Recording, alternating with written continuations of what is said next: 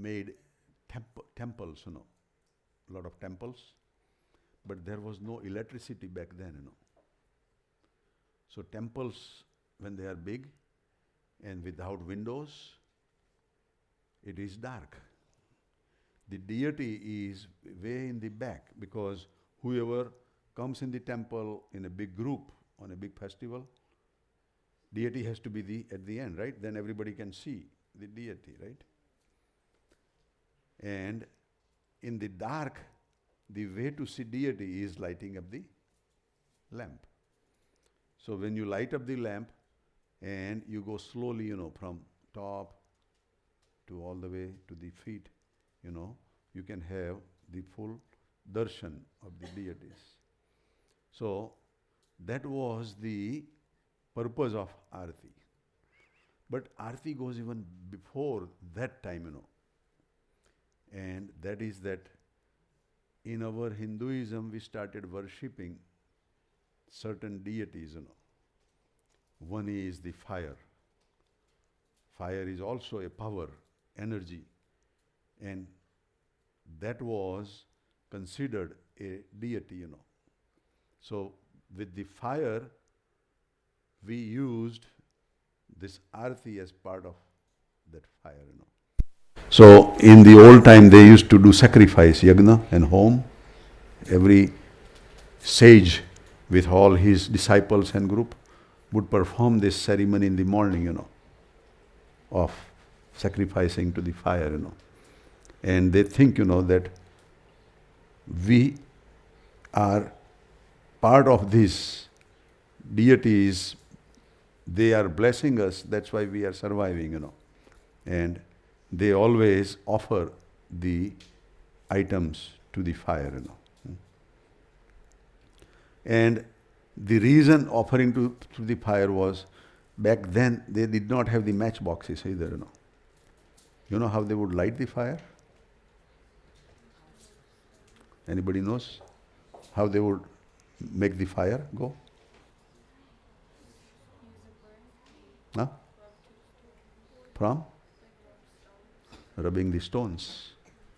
They would take 2 stones and they would have the cotton, ready, and they would rub the stone, and that spark from the stone will start burning the cotton, and then cotton will catch the fire, and then they would put the woods, and then they would have the fire, So it was very important to keep the fire going. If the fire is gone, now you have to start the whole process again, right? So instead of doing that, they would say, okay, we would have a place, we would have a fire, and we would keep on feeding the fire. So we have some fire going. Now they can use that stick to make the food, cooking the food, they use that fire, or they use, that for any other purpose. Even fire would keep animals away, wild animals in their area, So fire has a lot of benefits that they used, So that is how the fire has started, And that is how we start the arati, But when we do arati, like Pintu Bhai said, normally it is 5 wicks that we use. And then we sing that arati, Nirajanam Gruhanesha Panchavarti. Panch means 5. Varti means the wicks. With the 5 wicks, I am offering this arati to you. Panch, which is 5, is representing our 5 senses. We have eyes, we have ears, nose, tongue, and the skin. So all these 5 senses, we want to use it for divine purpose. They are our assets. The senses are our assets. We want to use those assets for good or for bad. If we use for good, then we benefit. If we use for bad, then we have to pay the price. So with these 5 senses, our prayer is that purify them and enlighten us to the higher level. So now you have the fire, then you have earth around you, you have air around you, you have ether, sky around you. The missing element is water. So you have the water there also, and you take the water and circle around as if those who cannot go around the mandir, around the temple, it is the feeling that we are circling around these deities and we are paying the respect. Some people, when they do arti, at the end of the arti, when they are done with their arti, they circle themselves, Have you seen that? Some people go in one circle, and offering, everybody arti and then do that. That is also that feeling, that I am circling everybody or I am paying respect to everybody who is around. So, water is the significance of the fifth element, that in presence of these five elements, I am praying to you and I want all the blessings from you. It's like a small promise, When we promise something, we put water in our hand also. In the old time, we say, okay, I take this promise and I will live this way whole life, So, these are the different meanings and significance, for water and arti. Okay, that was Rachna Ben's question. Sahaj Bhai has a hand up.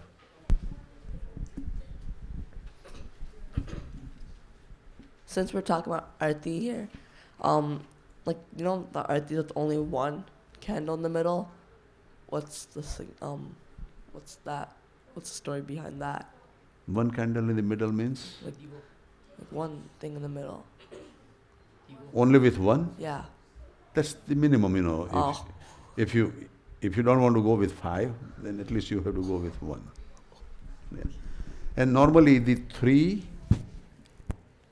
is whatever Pintu Bhai said also is, that three bodies that we transcend, But normally we select the odd numbers, Either 1 or 3 or 5 or 7 or 9 or 11, That's normal, style, normal way of using it.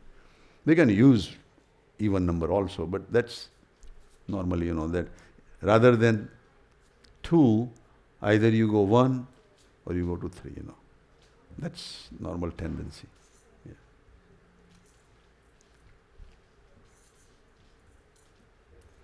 Okay, anybody else? Any question?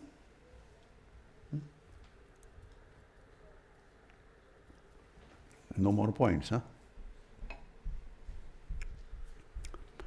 Okay, so do we want to talk yesterday's topic, or yesterday you had two topics, right? In the morning it was the Agnya and Niyam, right? In the evening was peer pressure, right? Is that something we want to talk on those two topics, or something different topic maybe? Anybody has any suggestion? We can talk any other thing maybe?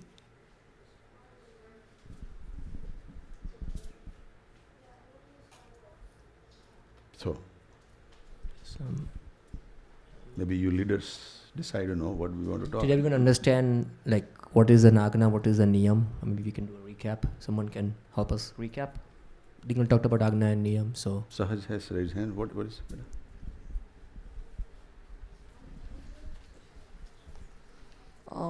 So Agna is like a command, and Niyam is like a vow, and the relationship is like in the beginning, you have the Agna, but as you grow up, you take it as a Niyam and you keep going with it. So if you have, say when you're young, your parents tell you to do good in school, get high marks, and then as you go up, when you get older, you keep that and you keep on doing it. As you get older and older until you're done. So,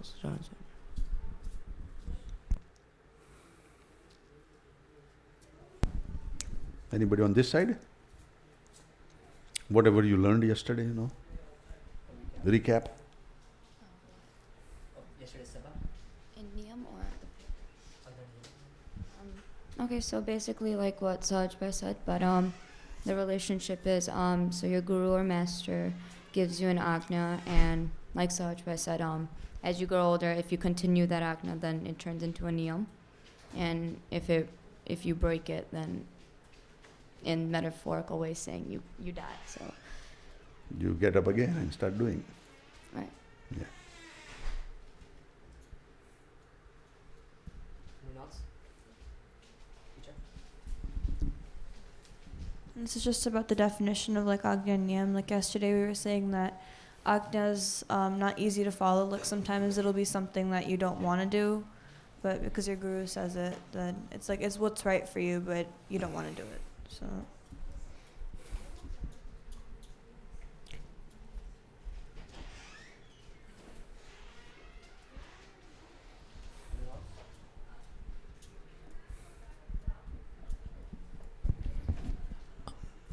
Does everyone understand, or do we have clarity in terms of what comes in our way to following an agna? Can anyone give any examples of what would be something that would actually, like one of the things that Dingar uncle said, that when Ishabin was giving the presentation, Dingar said that agna is something that your God or guru knows which is good for you, but we have difficulty following it. So can anyone talk about examples of what difficulties could that be? So this is just a quick example. Like, what if your agna was like to get good grades or like to be like good in school, but then if you get like caught up in like drinking and smoking and other bad stuff, then that could take you away from like following that. Okay. Anybody else? Any examples, maybe, that what happens when we follow the Agnya and what happens when we don't follow the Agnya, Anami Ben? Okay. If you follow the Agnya, sometimes it can also inflate your ego, and you might be like, oh my god, I did this. So, like in the other story in Ishabin's presentation, but Now say it again, beta. When you follow the Agnya, what about ego? it inflates your ego sometimes, because like in the story that was in Ishabin's presentation, like he got egoistic, and then Maharaj had to do a different incident to make him realize he's not the only one that would just come and become a sadhu. And there are also good benefits, like if you follow them, then you can, if you don't inflate your ego, then it can be good for you. So if we follow the Agnya and if our ego gets inflated, then we have to make sure that it does not get inflated, right? So how do we not inflate our ego and still follow the Agnya? Any thing you have learned, maybe?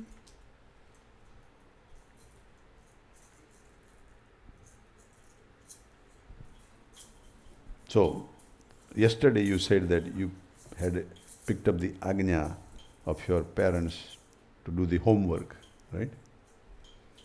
So, for the whole year you did homework and you got good grades. Did that inflate your ego? So, what made you not inflate your ego? What did you do?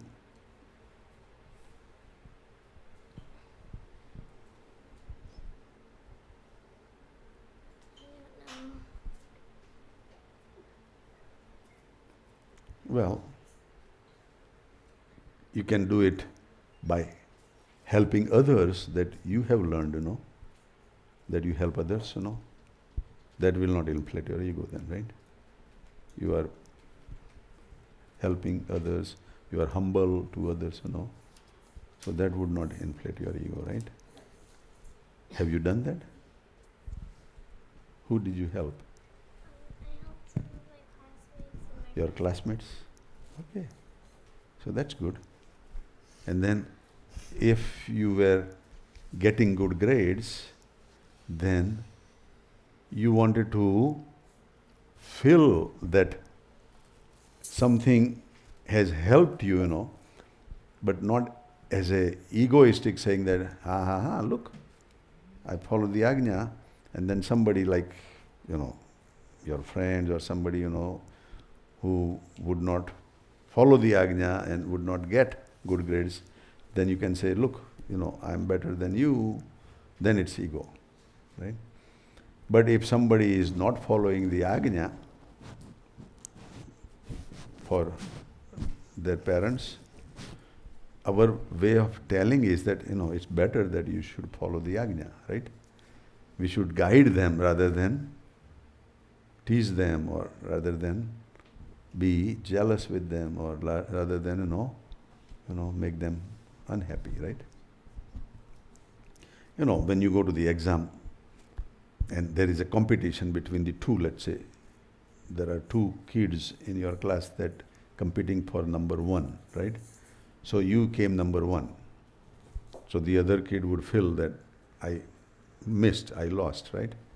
So you don't want to make him feel down and depressed, You want to make him feel that, okay, I will help you, that you can get even better grades also, Because when you help somebody, you gain more knowledge.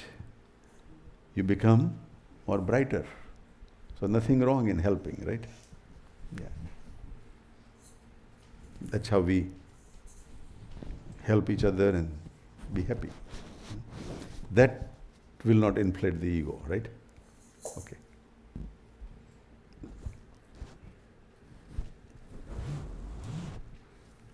So on this side now, any question on this side also? Or any example that Pintu Bhai has asked, that when you followed the Ajna and some good things happened to you. Anybody can say about that? Okay. Narayan Bhai.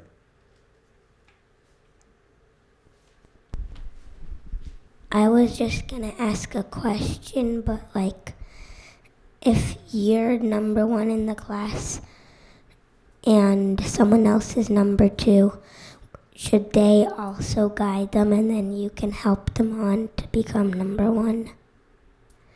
Or would you just take them and help them, and would that be considered keeping it to yourself because this person in second place in your class wouldn't be getting to teach anyone?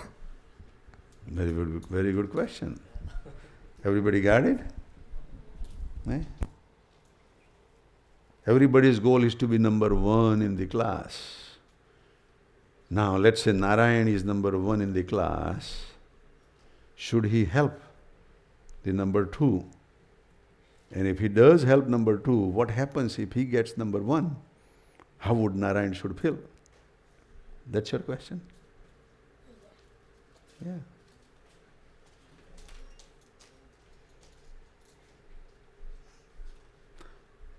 Okay, Pranit.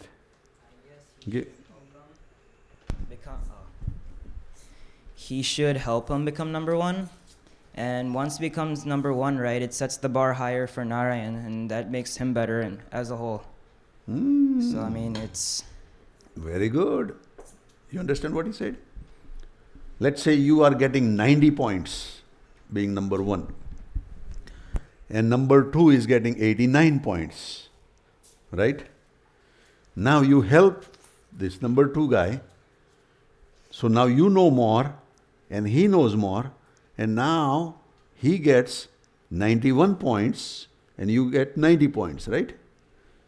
So, when he gets 91 points, now you have to work harder to get 91 or 92 points. So that way, you can you can get higher and higher. But you should not feel jealous, or you should not feel possessive to just say that I can only stay number one and I don't want to help number two. It's okay, okay? In a worldly manner it is okay. But in a spiritual manner, it is better that we help others and we progress also. I will give you one example, In India, Swamiji has a school, Atmiya Vidya Mandir. How many of you know? Atmiya Vidya Mandir, 1, 2, 3, 4, 5, 6, okay. That school, they teach good values, in this school. So, they used to have a running competition, And there was one boy who was not, capable of getting number one. He was always, getting fourth or fifth or, later lower than that grade, in running, So these two guys, those who were number one and number two, those who were coming first, they were getting every time number one and number two, right? So they had won the medals and awards, during the year. But because they say that we have to be like friends, we have to be like, with heartfelt oneness, right? So they decided that how can we make that person win the race to be number one? And let's see how he would enjoy also to be number one. So they decided that, okay, we would slow down and we will have him come first. And we would make sure that our teachers don't recognize that we are doing that, And in the race, they did that. And that boy came first. And he was very happy. Then the teachers said, that you guys were always fast. What happened? How come you are not, running fast,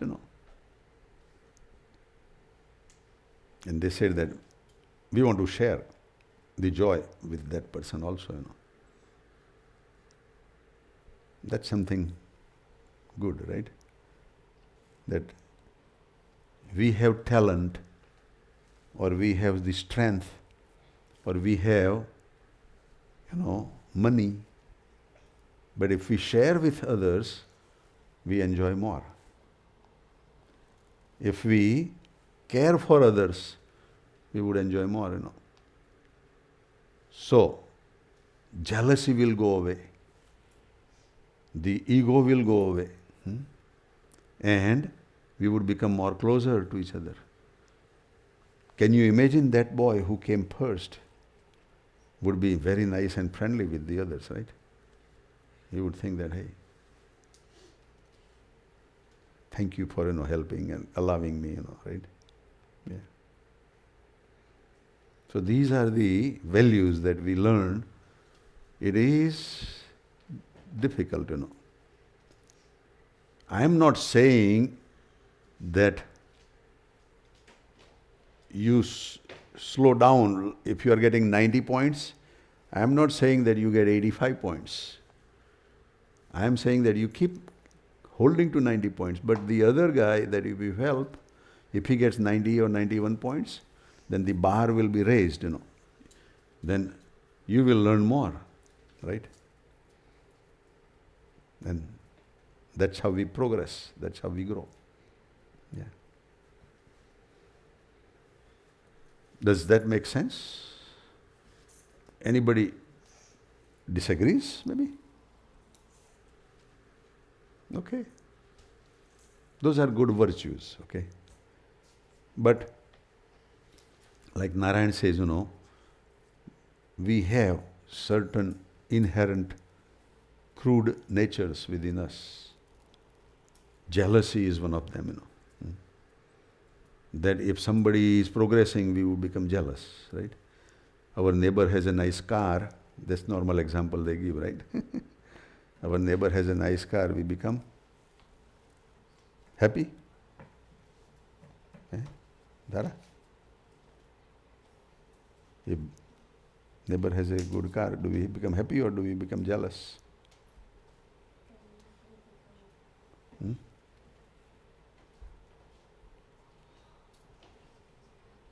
Happy? Happy, okay. But Swaminarayan Bhagwan's time, Swaminarayan Bhagwan had said one time, that we should get rid of these things, ego and jealousy, anger and lust and greed, And then Bhagwan says jealousy is very powerful negative force. And we should get rid of that. So then there was one Swami, he says, no, but we cannot get rid of jealousy. We are jealous of other sadhus, other saints. Now saints, they don't have anything, They have given up everything to become sadhu, to only focus on God, right? But still they also say that our jealousy does not go away. So then Bhagavan is giving example. Bhagavan is very practical. He says, okay, if you cannot get rid of jealousy, then make the person who you are jealous with as your guru and learn from that person. Good virtues. You have read that, Jayu? That Vachanamrita? You know that Vachanamrita? You remember? Okay. So, then Bhagavan gave an example between Narad and Tumru. Disha knows that, right? You read? What we talked about yesterday, yeah. So, that was in peer pressure session? Okay. Good.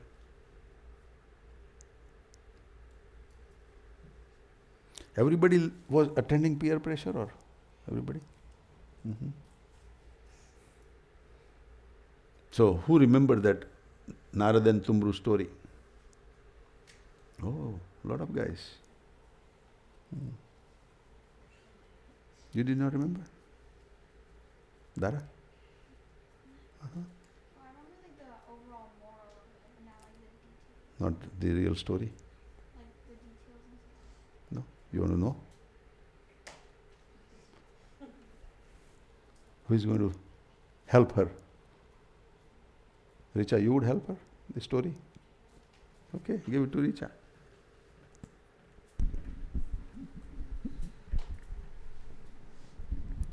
Okay, so this is a story. Naraji used to he'd always give stuff to Vishnu, and it would make him very pleased. And then once Tumru was I think singing or playing something beautiful, and so Tumru was like Rishi, yeah. doing nice tabla and singing, Anyways, he Where was. is Rishi? Oh.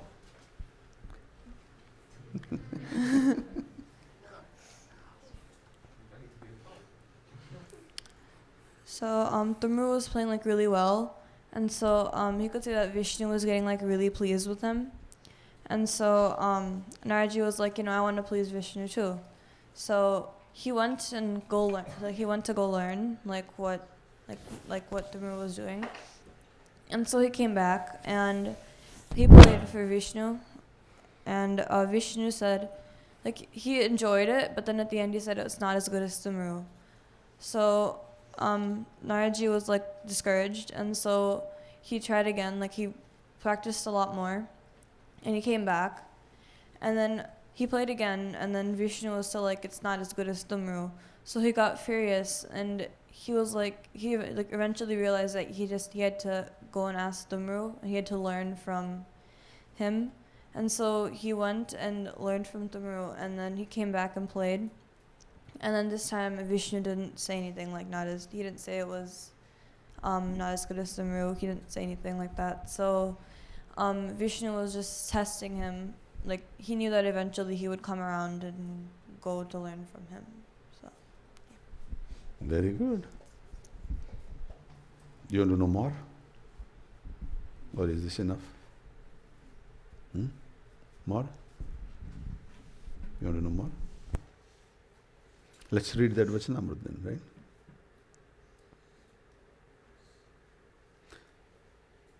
We would read a little bit and then we would finish up in the Vachanamrut session also.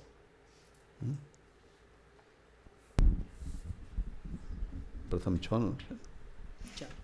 Char, right? Pratham 4.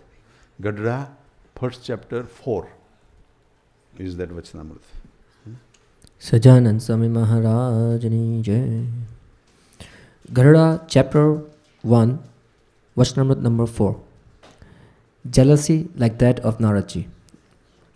On Makshar Sudhi 7, Samvant 1876, 24th November 1819, Shriji Maharaj was sitting in Dada Khajar's darbar in Garuda. He was dressed entirely in white clothes. At that time, an assembly of sadhus as well as devotees from various places had gathered before him. Then Sriji Maharaj said, "Devotees of God should not harbor jealousy amongst themselves." Thereupon, Anandanand Swami said, "But Maharaj, even then jealousy still remains." Hearing this, Sriji Maharaj explained, "If one does harbor jealousy, it should be like that of Naradji. Once, both Naradji and Tumuru went to Vaikunt for the darshan of Lakshmi and Narayan. There, Tumru sang before them. As a result, both Lakshmi and Narayan were pleased and rewarded him with their clothes and ornaments. Seeing this, Naradji became jealous. So the point is that when Vishnu Bhagavan offered nice gifts to Tumru for good singing, Naradji was jealous.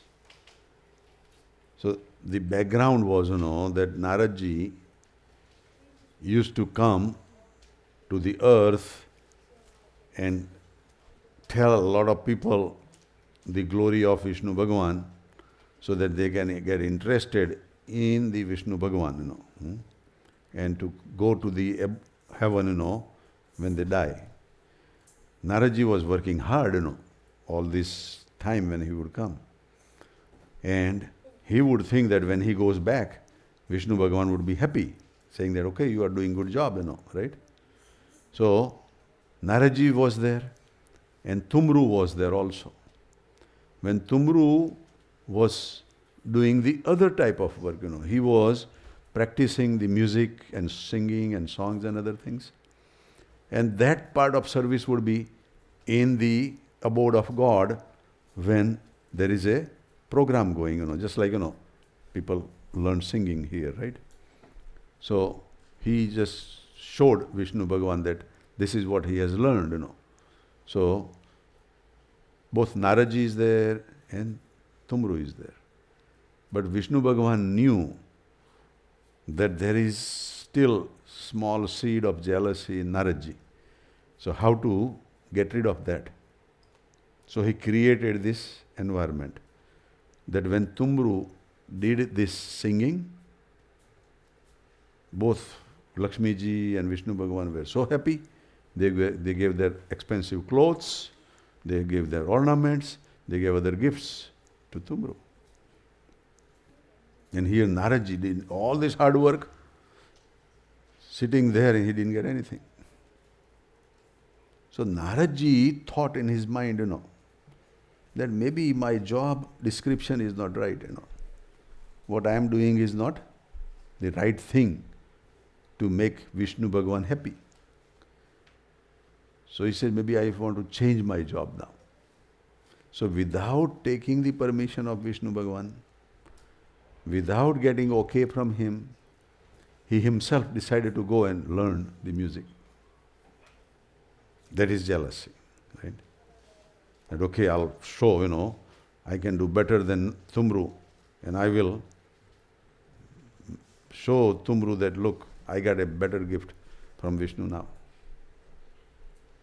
So he started doing this, learning of music practice, Okay, then you want bigger iPad, beta? Thank you.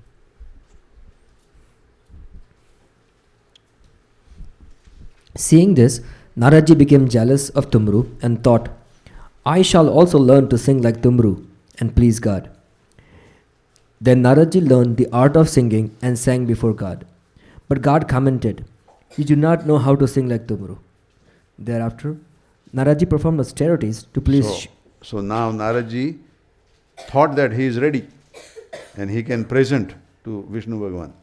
He came there, again he performed. Tumru wasn't there, But when Naraji was doing all this thing, was he focused on Vishnu Bhagavan or was he focused on Tumru? Tumru, right? Because he was jealous of Tumru. When Tumru was singing first, was he focused on Naraji or was he focused on Vishnu? Vishnu Bhagavan. There is a difference. So, this time Naraji came, he was singing, but he had Tumru in his mind, not God, right? So, Vishnu Bhagavan says, yeah, you did a nice job. You did a nice work, But not as good as Tumru. So he became jealous again, saying, oh boy, all this hard work, no result. So then he goes back with a harder practice. Okay. Thereafter, Naraji performed austerities to please Shiv and receive his blessings to master the art of singing. So what he did, he said, okay, by myself, I did not master this technique to please Vishnu. So let me get Lord Shiva's blessings. And Lord Shiva will teach me. He is the master of singing, Lord Shiva. So if he teaches me, and I know that Tumru has not gone to Shiva, so I will be the better person. So he went to Lord Shiva. Before Lord Shiva, he has to please Lord Shiva. So he did the austerity. And then Lord Shiva was pleased. And then Lord Shiva taught him the mastery of music. Okay, then. However, when he sang before God again, God was still not pleased. Even learning from Shiva. He comes to Vishnu Bhagavan, he sings, and Vishnu Bhagavan is still not pleased. Why? He is still jealous of Tumru. And Vishnu Bhagavan wanted to elevate him. That how do we want to get rid of our jealousy? By making Tumru as his guru. When you make Tumru guru, when he makes Tumru guru, then he would have no jealousy, he would have respect, right? So, in this way, Naraji continued for 7 manvantars. You know what 7 manvantars means? Anybody knows 7 manvantar?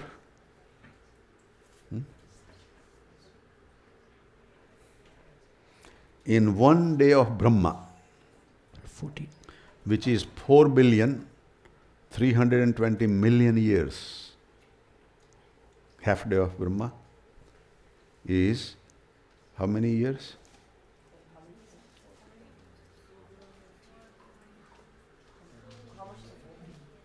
Huh? Full day and night, the half is night and half is day. So half day is 4,320,000,000 years. Long day, right? That is one day of Brahma. In one day of Brahma, there are 14 Manu. 14 Manus, or 14 Indras, So, 7 Manus were gone. So it's half of 14, right? Sahaj? 7 Manu is half of 14, right? So what is the half of 14 of 4 billion and 320 million years? Half of 4 billion, 320 million.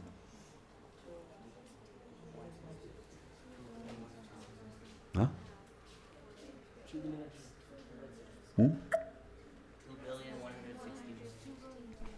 2 billion 160 million. And everybody agrees? That many years, Naraji worked hard to get rid of jealousy. Only one thing. Is that long? To get rid of jealousy, 2 billion 160 million years. And here, it is very quick, short. There are shortcuts right here. We learn from that and we get shortcuts, right? Okay. In this way, Naraji continued for 7 manvantars. Despite this, God would not be pleased with his singing. Finally, Naraji learned to sing from Tumru himself, and then sang before Sri Krishna Bhagwan in Dwarika. Only then was Sri Krishna Bhagwan pleased, and only then did he reward Naraji with his own clothes and ornaments. Thereafter, Naraji abandoned his jealousy towards Tumru. So he learned after all this long effort that, hey, something is wrong. Why Vishnu Bhagwan is not happy with me?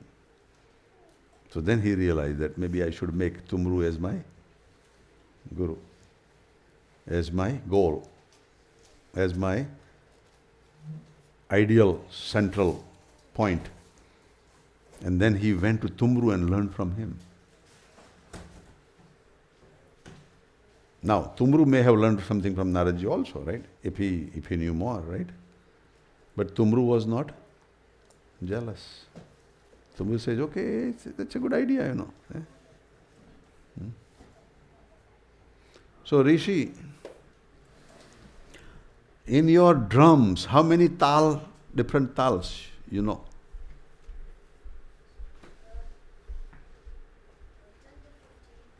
15? Do you remember all of them? Can you talk? Can you tell what are the different tals? Just name.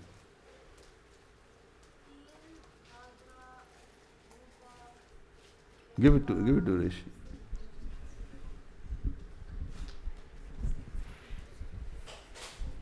There's Teen, Dadra, Rupak, Jop, Kirva, Bhajantal. There's Ek, Kaida, Heech, Garba,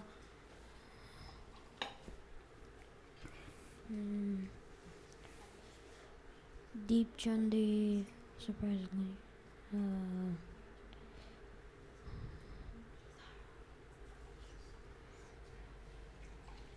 A lot of tals, right? Yeah, there are 3 types of Dadras. But long time ago I told you, I know one more tal. Do you remember?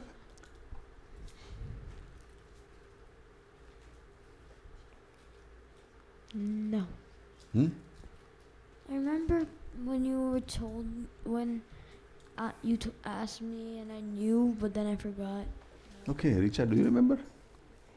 Yeah, Richa. You remember I was telling him, right? There is one more tal. Pintu Bhai knows. Pintu Bhai will tell you that tal. You don't remember? It's called Vadtal.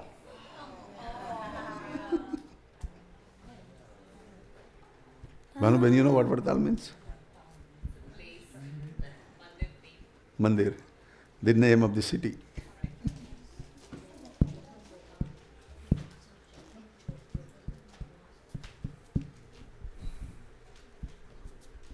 But he is very good. He remembers a lot of tals.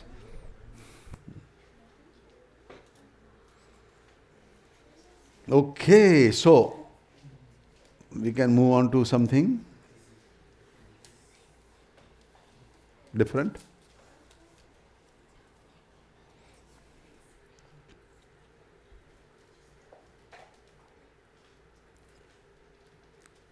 બીજું કંઈ કરવું છે? Same thing. કેટલા વાગ્યા સુધી કરું છું બેટા? It's 11:30? 11:40. So up to 12? Okay.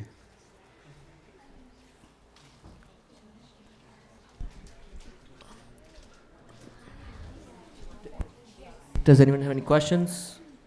Do you want to take some break maybe for 5 minutes? Sure. Have a snack or whatever? Or no snack, right? But just break, Break, yeah. I see they are getting a little tired, maybe sitting.